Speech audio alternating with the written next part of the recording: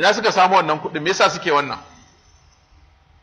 So da haka jama'a, da ana ciyar da addinin nan da kuɗi yadda Allah ya faɗa, wallahi da ba za mu tsinci kan ma haka ba.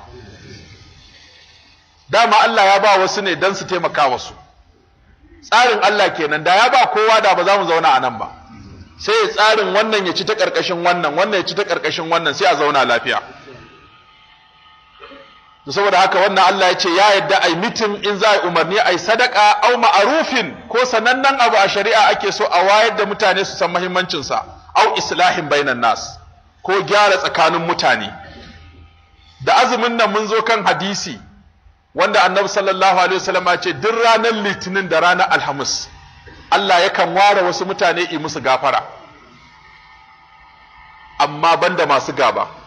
Sai Allah ya ce duk masu gaba ka ku samun su a list, ku bari sai sun shirya. Sai nace da Allah duk wanda ya san wani da wani suna gaba, musulmi da musulmi suna gaba, ya sanar da mu sunayensu ko lambar su mu kira su mu yi musu sulhu. Kafin wani lokaci an cika littafi him da sunayen mutane, wani shekara 13 ba sa magana, wani shekara 9 ba sa magana, wani ɗa da uba ne, wani abin nan wato abin nan kishiya da kishiya ne, wani aboki da aboki ne, wani ɗan uwa da ɗan uwa ne. Haka aka tara mana littafi sunayen mutane daga jihohi daban-daban wanda suna gaba, ba sa cikin wannan list ɗin. Mun yi nasarar yi ma wasu sulhu, amma adadin ya wuce da kuke zato. Dole sai mun kafa kwamiti, aikinsa shine islahu bainan nas.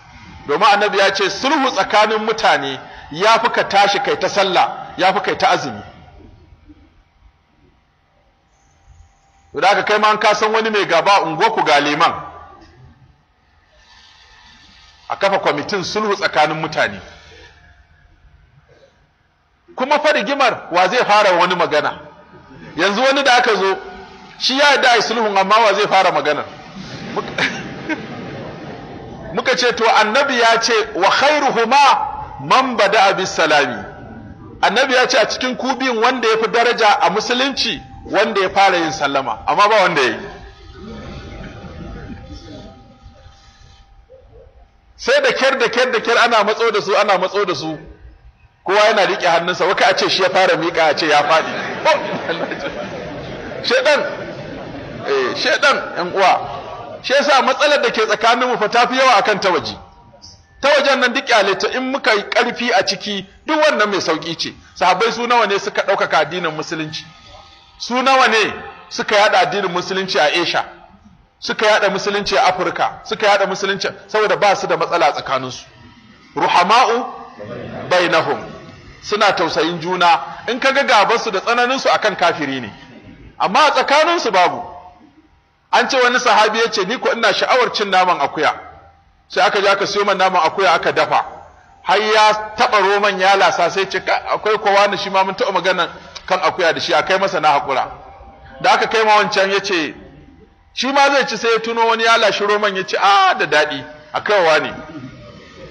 Haka aka zagaya da kan akuyan na har mutum 7 ya dawo kan wanda shi ne ya tura da shi. Kowa yana cewa ya fifita wane ne zai ci kan akuyan nan saboda ya dafu. Ba ni ya kamata in ci kan akuyan nan ba, don ya dafu. Wane ya fi ni cancanta, a kai masa nama akuyan nan. Yanzu ka duba haka mu kofi a wata, ku 4 ne a gurin, an miƙo guda 3, kama an san dole ɗaya zai haƙura. To kamata ya kai da aka baka sai ka ba na gaba, sai an zo kanka, in ya ƙare kai sai ka haƙura ka tashi ka nemo. Amma mutum sai ya fara ɗaukar nasa ya ajiye, zai ce to a ci gaba da lissafi. Wai al'aqilu man bada bi nafsihi, goyi da aka samu wannan Allahu alamu. Innal abda la yatakallamu bil kalima ma yatabayyanu fiha yazillu fiha fin nari ab'ada mimma bainal mashariqi. Manzo Allah sallallahu alaihi wasallam ce lalle bawa yakan furta wata kalma ba tare da yayi bincike akan matsayinta ba, amma ta zame shi ya fada wuta tsakanin gabar da yamma.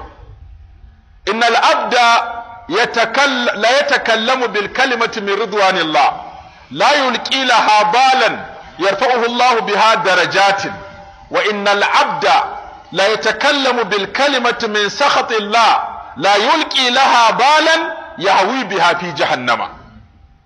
Wani hadisai ne ingatattu daga manzon Allah sallallahu alaihi wasallama. Manzon Allah ya ce ana za'imun bi baitin, ni na lamunce samun gida ginanne an hada komai a ciki, fi rabdil janna liman taraka al-mira'a wa in kana muhiqqa, wa baitin fi wastil janna liman taraka al-kadhiba wa in kana maziha, wa baitin fi a'la al-janna liman hassana khuluquhu. Manzo Allah ya ce na dau lamunin gidaje guda uku ga waɗanda suka yi halayen nan.